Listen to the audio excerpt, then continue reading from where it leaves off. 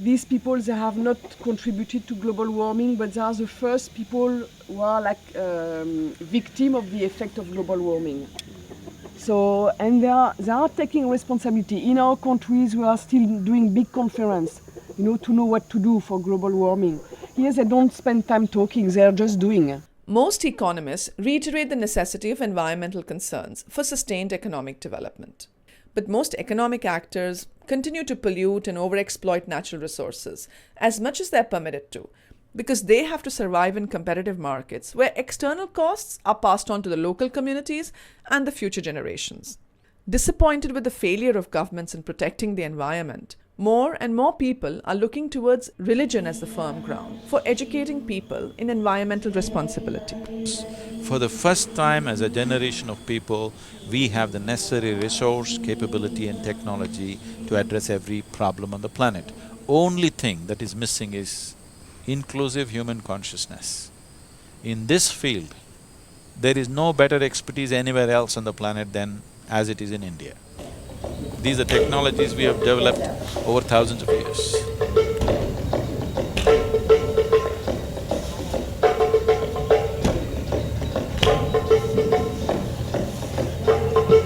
Project Green Hands is a model ecological initiative started by the Isha Foundation under the guidance of Sadhguru, a Hindu religious teacher.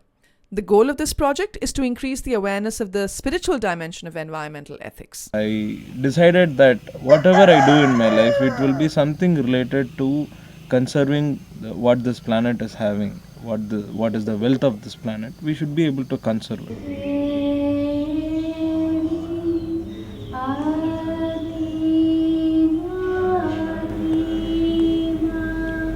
Initially, when I saw Sadhguru, I saw him as a visionary. But after being here for 3-4 years, after I did higher spiritual programs that he has conducted, then only I realized that he's not just a visionary, he's more than a visionary. And that is when on a spiritual dimension, he became my master. So then that is when in 2008, I committed myself as a lifelong full-time volunteer here. The Isha Foundation aims at increasing the green cover in the southern Indian state of Tamil Nadu by as much as 10%, especially along the seaside, so that the risk of calamities like tsunami and cyclones is reduced. We had a big pickup full of saplings, and we were going from one place to another with this car and stopping there and then jumping out of the car, taking saplings and going there, and people were coming. We would give them saplings and all together we would plant trees and it's like it was very, I don't know how to say, very alive, to meet these people, and without explaining anything, it was just happening like that. The service that Isha is doing to the society is the deepest and is the greatest that any organization can do, in the sense that it is providing very scientific technologies, methods for well-being, for human well-being. When such an organization is working at such a large scale in transforming people's life, I thought it's best to be part of this organization and render my service in the objectives of the organization. Over 2 million volunteers of the Isha Foundation have planted around 9 million trees in Tamil Nadu. The Indian government has now awarded Project Green Hands the Indira Gandhi Paryavaran Puraskar, the highest award given to organizations and individuals for their contribution towards restoring and protecting the environment. People keep asking me that I'm an ecologist or this or that, like I was at the Davos, the World Economic Forum. When I went there, one of the questions that somebody came and asked me is, "Oh, you are an amazing tree planter, aren't you?" I said, "No, I'm not a tree planter." And they asked, "What do you do then?" Then I said, "Well, we have planted millions of trees, but I'm not a tree planter." Then I asked, "What do you do?" And I said, "I make people flower." Because that's the most important thing, that human nature flowers into its full depth and dimension.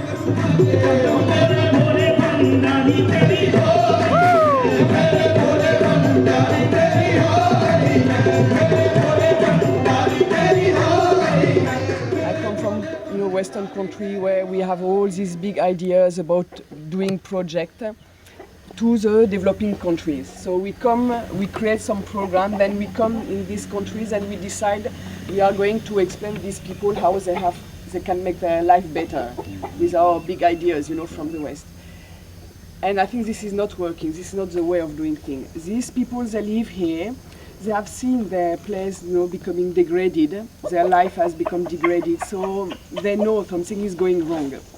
And I did not understand at that time why, but these people have decided to do something for their life. And they have to take responsibility for that, and they will make it happen. In 2008, when the recession began in the month of September, in January I was in Davos, and one of the topics, recession had hit and people had lost money. So these are the leaders, economic leaders. Well, these 2,000 people manage almost 80% of the world's economy. And many of them are looking very depressed. And one of the topics that they gave me to handle there was recession and depression. So I was just talking to them and I was telling them, recession is bad enough, do you need to be depressed also? Then they said, how not to be depressed, we lost billions of dollars. So, then I was telling them this aspect. Why I'm saying this is because it's very relevant even today, and unless we address it, there'll be no solution. See, the way we have structured our economy right now is, the way the economic engine is driving right now is, if it does not work, we'll be depressed. If it works, we'll be damned. Why I'm saying this is, today, Living Earth, that group, Living Planet or Living Earth, that group, what they're saying is, if all the 7 billion people on this planet achieve the kind of lifestyles that an average American citizen has, we need 4.5 planets to live on. So we don't have 4.5, we have only one. So the way we have structured the economic module is, if it does not work, we'll be depressed. If it works, we'll be damned. I think it's better you're depressed. And so on. And we traveled together in the bus, and I don't know what, something magic happened in that trip where we spent the whole trip talking together without language. But see, the beauty of this culture is just this. That means, if you're born in this culture, you're supposed to be a natural seeker. A seeker means, what it means is, you're seeking truth, the ultimate truth of nature. Well, the Vedas have already said it, the Gita has said it, Bible has said it, any number of scriptures have said it, any number of sages and saints have said it. Messiahs and sons of gods have been born in this country in, many dozens of them. But though all of them have said it, the individual has the right to seek. He need not accept anything that anybody has said. We respect all of them, we revere all of them for who they were. But for me, I have to seek.